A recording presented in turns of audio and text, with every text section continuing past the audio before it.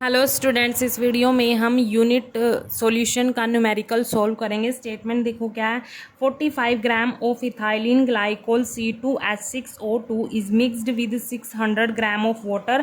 Calculate करना है। First part है freezing point depression, second part freezing point of the solution. यहाँ पर दो पार्ट दे रखे हैं, दोनों कैलकुलेट करने हैं और KF की वैल्यू भी गिवन है फॉर वाटर। ठीक है, तो यहाँ पर जो 45 ग्राम ऑफ इथाइलिन ग्लाइकोल है उसको डिज़ोल्व किया गया 600 ग्राम ऑफ वाटर में।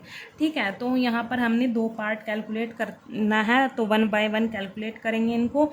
यहाँ पर जो हमारे पास कंपोनेंट फर्स्ट है वो क्या रहेगा, वाटर रहेगा। कंपोनेंट सेकंड क्या रहेगा, जो इथाइलिन ग्लाइकोल है C2H6O2। ठीक है, और देखो यहाँ पर जो सोल्यूट है हमारे पास उसका एक्चुअल मास कितना है 45 ग्राम, वो मैंने डिनोट कर रखा है W2 से, क्योंकि जो सोल्यूट है वो कंपोनेंट 2 है, इसीलिए W2। ठीक है, और जो सोलवेंट है उसका एक्चुअल मास, सोलवेंट क्या है यहाँ पर वाटर, उसका एक्चुअल मास W1 से डिनोट कर रखा है, क्योंकि कंपोनेंट फर्स्ट कंसीडर कर रखा है सोलवेंट को, वो 600 ग्राम है। KF की वैल्यू गिवन है यहाँ पर 1.86 केल्विन kg पर मोल। ठीक है, तो सोल्व करते हैं दोनों पार्ट को one by one. First part में क्या पूछा है, freezing point depression. Freezing point depression क्या होता है, मतलब डेल TF की वैल्यू हमने कैलकुलेट करनी है फर्स्ट पार्ट में। ठीक है, फ्रीजिंग पॉइंट डिप्रेशन ही होता है डेल TF। तो इसका फॉर्मूला लगाएंगे हम। देखो फॉर्मूला क्या होता है, del TF equals to KF multiply small m। ये फॉर्मूला होता है हमारे पास इसका। ठीक है, तो ये तो हमने कैलकुलेट करना है। KF की वैल्यू भी गिवन है। जो स्मॉल m है वो क्या है, मोलालिटी है। इसको हम सॉल्व करेंगे इस डाटा को यूज़ करके। ठीक है, मोलालिटी का फॉर्मूला क्या होता है यहाँ पर लिख लेते हैं। मोलालिटी क्या होती है, स्मॉल m से डिनोट करेंगे इसको। ठीक है, तो number of moles of solute, number of moles of solute divide by mass of solvent, mass of solvent in kg, ये हमारे पास मोलालिटी का फॉर्मूला होता है। तो यहाँ पर सबसे पहले हम मोल्स निकाल लेंगे, यहाँ पर मोल्स ऑफ सोल्यूट निकाल लेंगे। ठीक है, मास ऑफ सोलवेंट तो दे रखा है, actual mass of solvent, moles नहीं है, तो मोल्स हम पहले यहाँ पर कैलकुलेट कर लेंगे। सोल्यूट के क्या फॉर्मूला होता है, actual mass of solute divide में molar mass of solute. Actual mass हमने डिनोट किया सोल्यूट का W2 से, ऊपर लिख देंगे। मोलर मास हम डिनोट करेंगे उसका M2 से, क्योंकि सोल्यूट है जो वो कंपोनेंट सेकंड है, इसीलिए W2 और M2 है यहाँ पर। ठीक है, तो एक्चुअल मास तो गिवन है यहाँ पर 45 ग्राम, मोलर मास नहीं है यहाँ पर, उसको हम कैलकुलेट कर लेंगे। पहले यहाँ पर कैलकुलेट कर लेते हैं, ये हमारे पास फॉर्मूला था।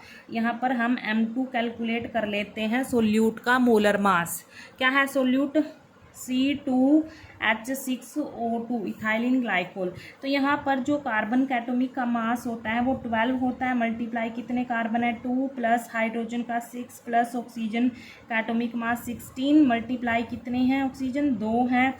इनको सोल्व करेंगे 24 प्लस 6 प्लस 32, कितना आएगा सोल्व करके, 62 ग्राम पर मोल आ जाएगा यहाँ पर। ये हमारे पास किसकी वैल्यू आई, M2 की, मोलर मास ऑफ सोल्यूट आ गया। तो यहाँ पर मोल्स आ जाएंगे, इनकी वैल्यूज़ को पुट कर देते हैं। W2 क्या है 45 ग्राम है, ये तो क्वेश्चन में गिवन था। M2 क्या है 62 ग्राम पर मोल।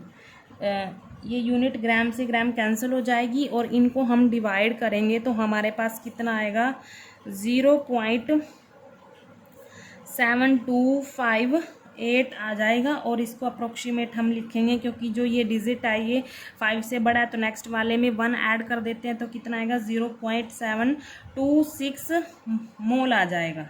ये हमारे पास मोल्स आ गए सोल्यूट के। ठीक है, अब इन मोल्स को हम किस में पुट करेंगे, मोलालिटी वाले फॉर्मूले में पुट कर देंगे। तो मोलालिटी का फॉर्मूला क्या था, स्मॉल m। मोलालिटी को मतलब हम डिनोट करते हैं स्मॉल m से। तो स्मॉल m किसके इक्वल है, number of moles of solute divide by mass of solvent in kg। Moles की क्या निकाले हमने, ये निकाले 0.726 मोल divide mass of solvent in kg। kg में है फॉर्मूले में, और क्वेश्चन में ग्राम में गिवन है, तो इसको हम 1000 से डिवाइड करेंगे तो ये kg में कन्वर्ट हो जाएगा। तो ये केजी में कन्वर्ट हो गया 0.600। इस वैल्यू को हम मोलैलिटी वाले फॉर्मूले में पुट करेंगे। मोलैलिटी का फॉर्मूला यही है ना, number of moles of solute divide by mass of solvent in KG. Moles तो हमने पुट कर दिए यहाँ पर जो हमने निकाले थे।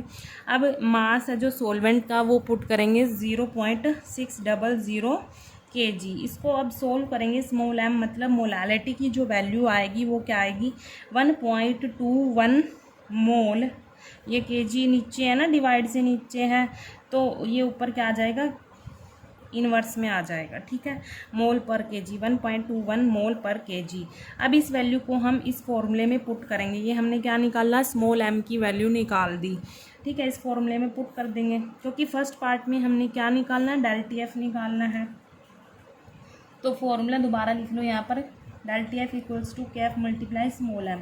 Del T F as it is, क्योंकि ये तो निकालना है कि एफ की वैल्यू यहाँ पर गिवन है 1.86 केल्विन के जी पर मोल, मल्टीप्लाई स्मॉल एम की वैल्यू क्या है यहाँ पर, स्मॉल एम की ये निकाल ली, अभी निकाल ली 1.21 मोल पर केजी। अब यूनिट से यूनिट कैंसिल करते हैं यहाँ पर, पहले केजी इनवर्स से ये केजी कैंसिल हो जाएगा, मोल इनवर्स से मोल कैंसिल हो जाएगा।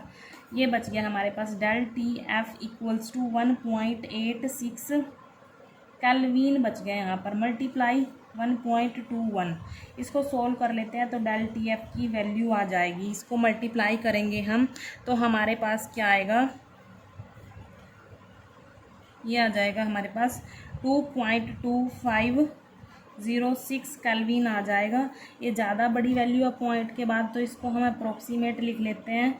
डेल टी एफ किसके इक्वल आएगा 2.25 केल्विन।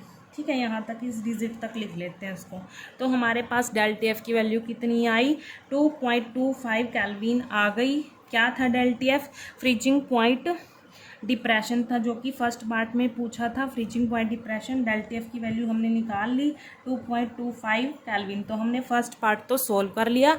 अब देखो जो सेकंड पार्ट है उसमें क्या पूछा है, freezing point of the solution. Solution का फ्रीजिंग पॉइंट पूछा है, तो देखो वो कैसे निकालेंगे। सॉल्यूशन का फ्रीजिंग पॉइंट पूछा है, तो यहाँ पर देखो जो डेल टी एफ होता है वो क्या होता है, डिफरेंस इन फ्रीजिंग पॉइंट होता है। तो डेल टी एफ को हम क्या लिखते हैं, T naught F minus T F. यहाँ पर डेल टी एफ तो पता है आपको, डिप्रेशन इन फ्रीजिंग पॉइंट मतलब डिफरेंस इन फ्रीजिंग पॉइंट होता है, और जो टी नोट एफ होता है वो प्योर सोलवेंट का फ्रीजिंग पॉइंट होता है, और जो टी एफ होता है वो सॉल्यूशन का फ्रीजिंग पॉइंट होता है। तो यहाँ पर हमने किसकी वैल्यू निकालनी है, टी एफ की वैल्यू निकालनी है। ये फॉर्मूला तो आपको पता ही है। ठीक है, तो यहाँ पर हमने क्या निकालना है, टी एफ की वैल्यू निकालनी है। अब देखो यहाँ पर जो सोलवेंट है हमारे पास वो क्या है, वाटर है, और वाटर का जो फ्रीजिंग पॉइंट है वो आपको पता ही है, नॉर्मल सी बात है। जो टी नोट एफ है मतलब प्योर वाटर का जो फ्रीजिंग पॉइंट होता है वो सेल्सियस में तो 0 डिग्री सेल्सियस होता है। अगर केल्विन में कन्वर्ट करेंगे तो 273.15 ऐड करना पड़ेगा, 0 + 273.15 केल्विन में कन्वर्ट हो जाएगा ये। ठीक है, ये टी नोट एफ की वैल्यू आ गई हमारे पास। और जो डेल टी एफ है वो अभी सोल्व किया हमने फर्स्ट पार्ट में। ये फर्स्ट पार्ट में अभी निकाला कितना है, 2.25 केल्विन। ये भी लिख लेते हैं कितना है डेल टी एफ, 2.25 केल्विन है। अब इन दोनों वैल्यूज़ को इस फॉर्मूले में पुट कर देंगे, और जो डेल टी एफ है, ये डेल टी एफ है, ये तो हमने निकालना है। ये सॉल्यूशन का फ्रीजिंग पॉइंट है, ये प्योर सॉल्वेंट का फ्रीजिंग पॉइंट है।